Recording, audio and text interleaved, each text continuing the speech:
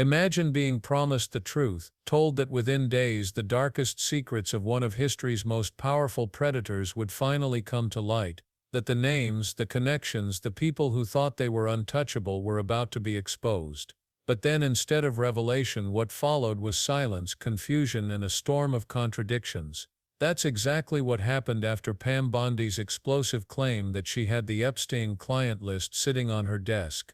What began as a vow for transparency turned into one of the biggest scandals of misinformation the justice system has seen in years, and it's shaking public faith in ways no one expected. The job said in a Fox News interview that the Epstein client list was, quote, sitting on my desk right now to review, end of quote. The White House then staged a major media release of Epstein-related files on February 27th, including preparing binders for conservative influencers and commentators.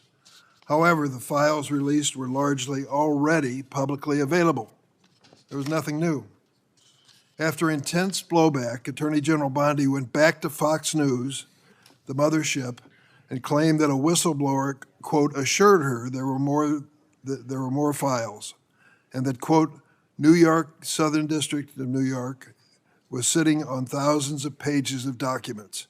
And she promised on Fox, and I quote, we will get everything, and the country will see, quote, the full Epstein files. These are quotes from Attorney General Bondi voluntarily appearing on Fox News to explain the situation. For the next 4 months, the Department of Justice and the FBI were silent. What happened during that period? Well, we received information that Attorney General Bondi pressured the FBI to assign, now get this, approximately 1,000 agents in its Information Management Division and hundreds of additional agents from the New York field office to work 24-hour shifts to review and produce more documents on Epstein on an arbitrarily short deadline. These officials were told to, quote, flag any records in which President Trump was mentioned. But after this flurry of activity using tens of thousands of personnel hours in March, it took DOJ and FBI 3 additional months to produce no new documents, but rather an unsigned memorandum on July 7th finding that, quote, this systemic review revealed no incriminating client list. Naturally, after all of the public promises Attorney General Bondi has made, the public is really suspicious of her finding. This suspicion has been exacerbated by public reporting that FBI Director Patel and FBI Deputy Director Bongino disagree with Attorney General Bondi's handling of this matter. Public mistrust has been fed by other claims in the July 7th memorandum. This memorandum included links to surveillance video footage from outside Epstein's cell in the hours leading up to his death. The July 7th memorandum describes one of the videos released as full, raw footage, yet experts who've analyzed it concluded the video was likely modified. The Trump administration has essentially created a new controversy rather than solving one. President Trump is not helping matters at all.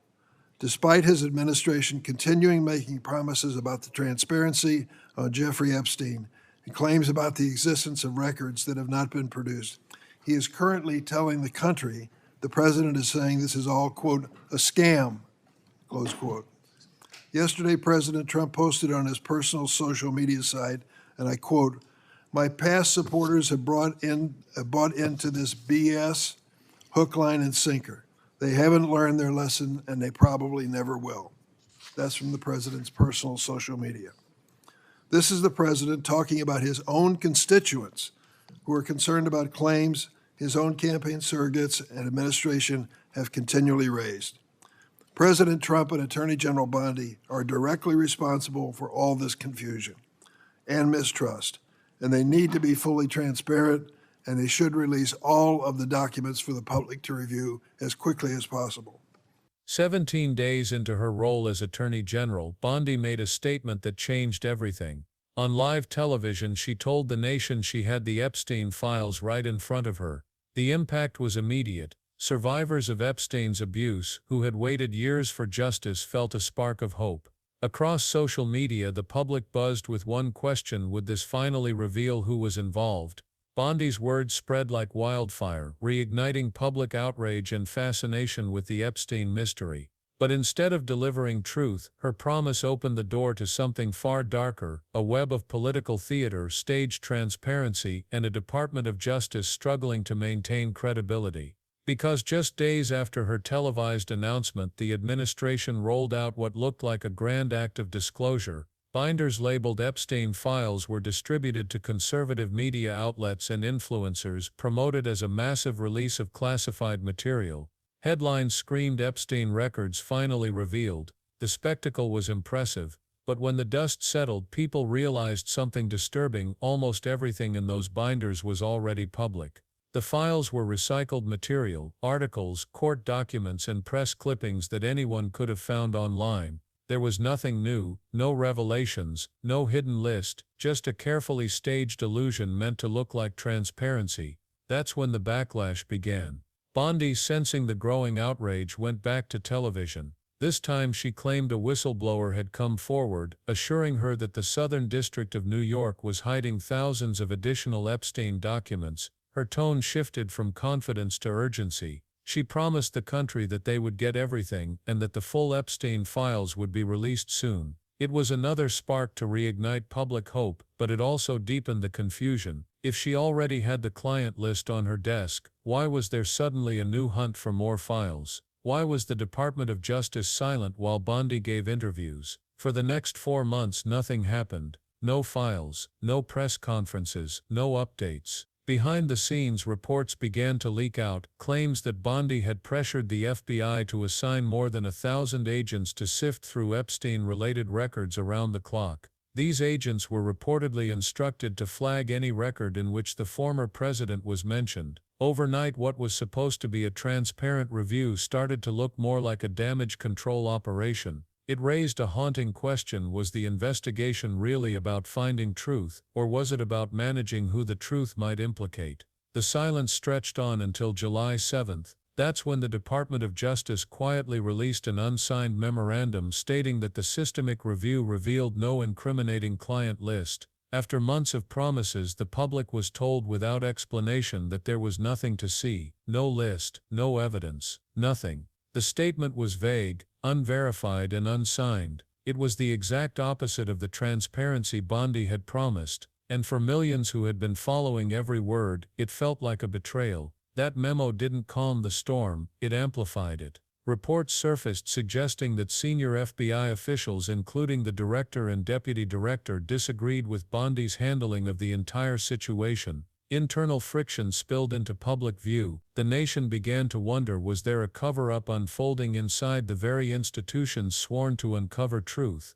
Then came something even more troubling. The July memo included links to surveillance footage from outside Epstein's cell in the hours before his death. Officials described one video as full raw footage, but when forensic experts analyzed it, they said parts of it appeared altered: frames missing, timestamps inconsistent. That revelation changed everything. The supposed evidence meant to restore faith in the investigation only fueled more questions. What exactly was being hidden? And if even the video couldn't be trusted, how much of anything could? The situation spiraled into chaos. The Justice Department's silence turned into an echo chamber of speculation. Across the country, people debated whether the government was protecting powerful figures connected to Epstein. Survivors who had waited decades for accountability felt forgotten and once again used for headlines, then cast aside. The very institutions meant to serve justice now stood accused of manipulating it. But while the public demanded clarity, leadership gave mockery.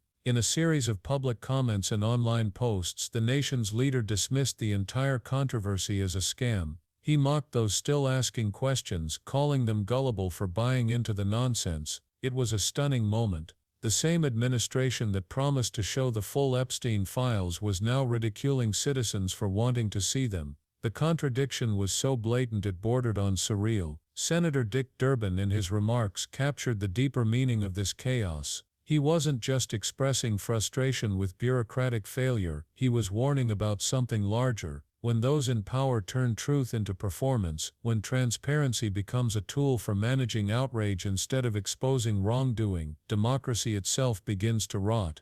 Durbin's speech wasn't about partisanship, it was about integrity. He painted a picture of a justice system losing its moral compass, a Department of Justice chasing optics while the real questions went unanswered. Think about what that means. Within weeks of taking office, Bondi transformed the nation's most sensitive criminal case into a political stage show. Her claim about the Epstein list created hope, fear, and expectation all at once. Then came the orchestrated release, a media event carefully designed to create the illusion of accountability. But when the truth didn't fit the narrative, everything stalled. What followed wasn't transparency, it was management. Narrative control disguised as justice, and in that silence faith died a little more. Every contradiction, every promise broken, every unexplained memo told the public the same thing: power protects itself. When the FBI director and deputy director themselves reportedly questioned the Attorney General's approach, that's not just an internal disagreement,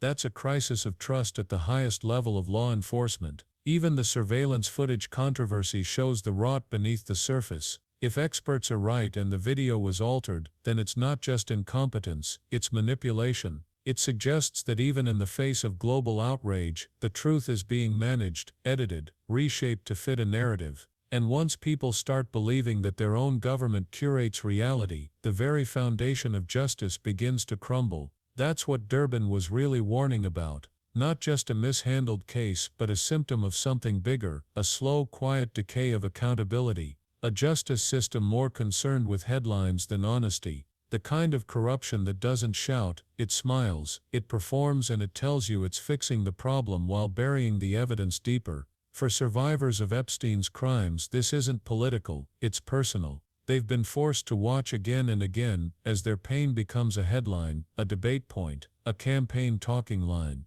When Bondi claimed she had the list, it wasn't just news, it was reopening old wounds. For them, justice wasn't supposed to be a media spectacle, it was supposed to mean closure. But instead they got recycled files, unsigned memos, and empty promises. And the most chilling part, we've seen this playbook before: promise transparency, delay the truth, blame the system, move on. Each time it happens, a little more faith in justice disappears. Each time it becomes easier for power to rewrite reality, to convince the public that truth is just another narrative to be managed. Durbin's message to the country was simple but devastating. This isn't just about Epstein, or Bondi, or the administration. It's about whether the American justice system can still tell the truth when it hurts the powerful, because if it can't, if truth depends on politics, then justice is no longer justice at all. This isn't a left or right issue, it's a moral one. A system that protects secrets instead of people can't survive forever. Every broken promise chips away at its legitimacy, and when the public starts believing that no investigation can be trusted, the damage isn't temporary, it's generational. That's why this moment matters. It's not just another congressional hearing or another news cycle, it's a test of whether truth still matters in a world drowning in spin. When Bondi's department said there was no client list, the country didn't just doubt her, they doubted the entire system. But here's the thing, that doubt doesn't have to end in apathy. The one thing those in power count on is fatigue. They expect people to get tired, to stop asking questions, to move on. They thrive on confusion because confusion kills accountability. The more tangled the story gets, the easier it is to hide what really happened. So if you take one thing from this story, let it be this: don't look away. The fight for truth doesn't end when politicians get uncomfortable. It ends when ordinary people stop paying attention. When headlines fade and conversations move on, that's when power wins. The Epstein case has always been about more than one man. It's about the network of influence, silence, and manipulation that allowed him to operate for so long. And the same patterns of silence are repeating now, only this time, it's happening under the guise of transparency. So ask yourself, if the files truly revealed nothing, why the secrecy, why the pressure, the thousands of agents, the altered footage, the unsigned memo, why the silence that followed every promise? Because when truth threatens power, power changes the subject. It distracts, delays, and discredits until the public forgets what the original question even was. That's why voices like Durbin's matter, not because they belong to one party or another, but because they're a reminder that truth still has defenders, however few. His speech wasn't about politics, it was a warning that when those sworn to uphold justice become part of the deception, the entire idea of justice is at risk. So as you watch this unfold, remember justice doesn't die in darkness, it dies in distraction, it dies when outrage fades into acceptance. When we start to believe that corruption is inevitable, that's when it wins. If you believe the truth still matters, if you think survivors deserve real closure, not political performance, then stay engaged. Keep watching, keep questioning, because justice doesn't come from promises made on television, it comes from pressure, from people who refuse to be silenced. Like this video, share it, and subscribe, because here we don't let power rewrite the story, we tell it for what it is, and we'll keep telling it until the truth finally comes out.